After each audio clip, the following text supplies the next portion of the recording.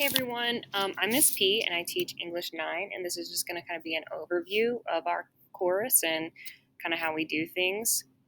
Um, let's start with the class website. So our class website has a lot of good information. It's a great place where you can get the contact information for me. It has my email, it has my Google Voice number where you can text or call me. Those are both options. Um, It also has our class expectations. So we work together kind of as a class to decide kind of what our rules are going to be, our expectations. So after we work together and decide that, that's when I'll upload those as well to the website. So they'll be there. There is a contact. I told you there's contact info, but there's also a contact form there where you can contact me through the form if that's easier for you. There's also a variety of support videos where last year we kind of decided, like as a class, there were some things that it would be helpful to actually have a video so that if you get stuck, you can go back and look at those videos. So those videos will be there as well, just kind of things to help you navigate the course, things like Google Classroom, that stuff. And as we go through the year, we might find that there are more videos that we need to add. So that will all be there. Think of the class website as like a one-stop shop for like important documents, important information. So a good place to kind of, if you're confused about something or you need clarification, that's a good place to go. English 9 is also going to be organized into 4 major units. This year we're using a curriculum called StudySync. But they have the units divided out into thematic units, which is fun. And so we're going to be looking at skills, kind of the same kind of skills we've always been looking at in ninth grade, but with some different text. But the skills overall are the same. Analyzing fiction, nonfiction, and argumentative or communication skills, or like looking at persuasive texts and things like that. I feel like I focus a lot on those analytical skills because when you come into ninth grade, it's important to have those skills as you continue to grow and dive deeper into pieces of literature. But these analytical skills are also going to be things that help you in real life. We analyze every day. We have to have solid reading and writing skills. So the whole thing is, how do we apply this stuff to the real world? How can we use these skills, these things that we're going to learn to help us dive into a text? How are we going to use those also, though, in our own lives? So that's important to me. I do, like I said, I love the thematic units. I like diving into themes. It allows you to, have deeper discussions and kind of talk about those, make those analytical skills a little more related to the real world. And so our first couple of themes are going to be around community and acceptance, as well as adventure. So those will be some good topics that we dive into, and we're going to be looking at, for the first 2 semesters, more of some short story style stuff, and we'll do a novel study later on in the year. A typical module, like a typical daily schedule,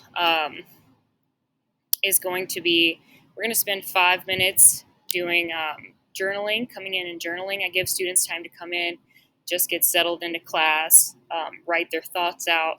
Kind of gets us in the habit of writing and feeling good about that without any pressure. But that's also the time that I'll give students our daily goals. So every day you'll know exactly what you need to walk out of class understanding. That's my personal goal.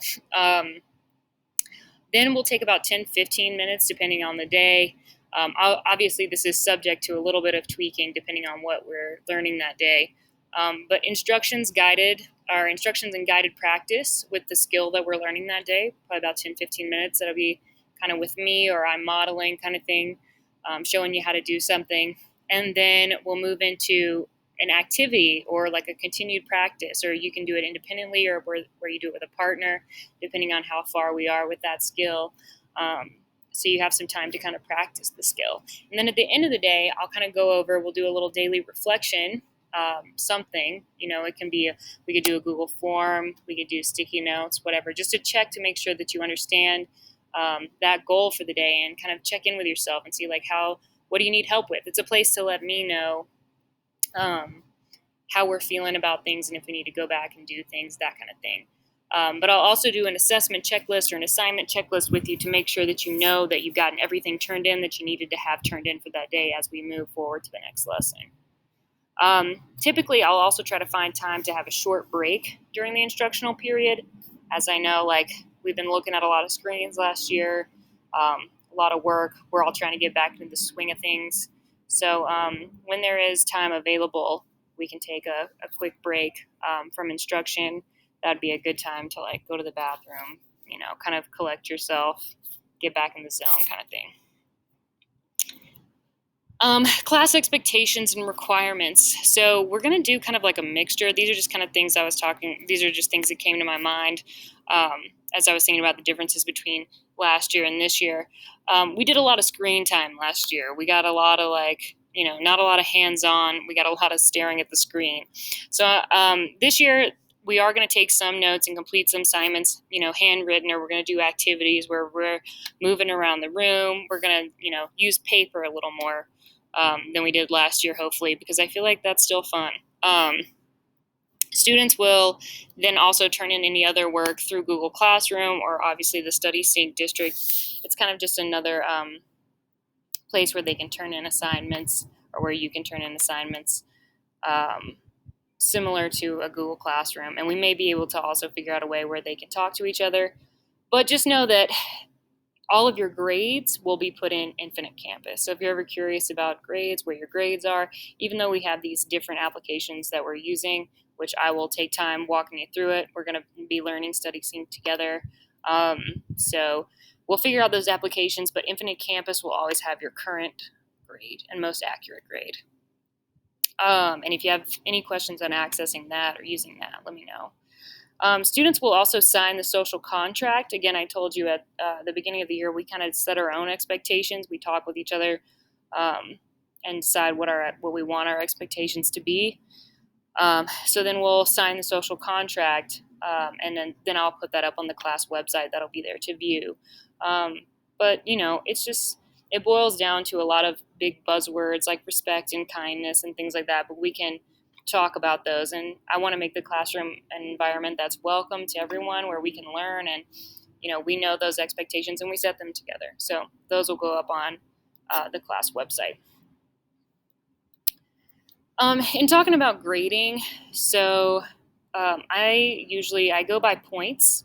So everything will have a set amount of points.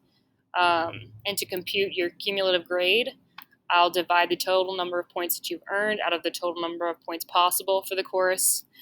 At the end of the course, because of because of how the points are distributed naturally, like the way that I assign or give these certain assignments points, the grades will be distributed approximately as such.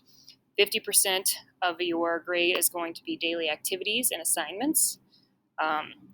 30% will be those larger assessments and projects, end of unit assessments, things like that. 10% will be those reflections. Like I told you, at the end of every class, we kind of have time to reflect and check in with ourselves about how we're feeling about our own, learning goals and things like that. That'll be 10%. And 10% will be journaling. So taking that time to kind of journal, practice writing, getting your thoughts out with no pressure, that's 10%. This is an abbreviated teaching philosophy, but I did want to share with you guys kind of how I feel and where I'm coming from as a teacher, particularly this year. I want everybody to be able, I know we're all coming into the classroom, different abilities, different feelings toward, reading, writing, literature. I understand that. I totally get it. And I want every student to be able, all of you guys, to set a personal goal and grow in terms of your ability to conceptualize and analyze and think about literature. And again, my big thing is, how do we apply that to the real world? Because it's all nice to have that in school, but it's better to me to be able to take what you learn in school and make it meaningful outside of school. So how are you going to take those reading and writing skills that we kind of practice, and how are we going to use them to, build community? How are we going to think about community and acceptance differently? That's what that first unit is kind of geared towards. So just remember that I always want to work to kind of connect this stuff to outside of school and navigate this sometimes pretty complex world, My goal is also to be a resource within the community for everyone. I'm actually doing, I'm hoping to do 2 clubs this year. So One would be a poetry club, kind of in line with English class. But the thing is I want you guys to feel comfortable, like this is a part of your community. This is where you can come to learn. I'll give you resources. I know we get to spend time in class, but if you need me for anything, or you need any support on anything else, let me know. That's what I'm here for. And I kind of feel like learning doesn't stop. Like there's no set time for learning for me in the classroom. I will allow you to turn in late work and things like that because I want you to learn. That's like my number one thing is I want everybody to learn and have fun learning. So that kind of is a segue into the next part where I just want to make learning fun for everyone. I think it's important to realize the empowerment that comes from gaining knowledge. Um, and I think that's just been a big thing in my life. And so that's why it means so much to me. It's like there's a level of empowerment and strength that comes from spending time learning. And I would really love to show everyone that you can learn on your own time in a fun way. Like learning doesn't have to be boring. Learning is powerful, and learning can be fun. So those are kind of like my big overall feelings toward teaching this year. And then finally, I just want to say thanks. Thanks for being here. I'm honored to be your English teacher. I look forward to helping you become a more skilled reader, writer, and speaker because that's how we communicate in this world, like I said. So for more details about the class, feel free. The virtual classroom or the class website is right there. There's also my email, and you can also text or voicemail that Google Voice number, and I'll get back to you within 24 hours. I appreciate you guys, and I can't wait to get class started this year.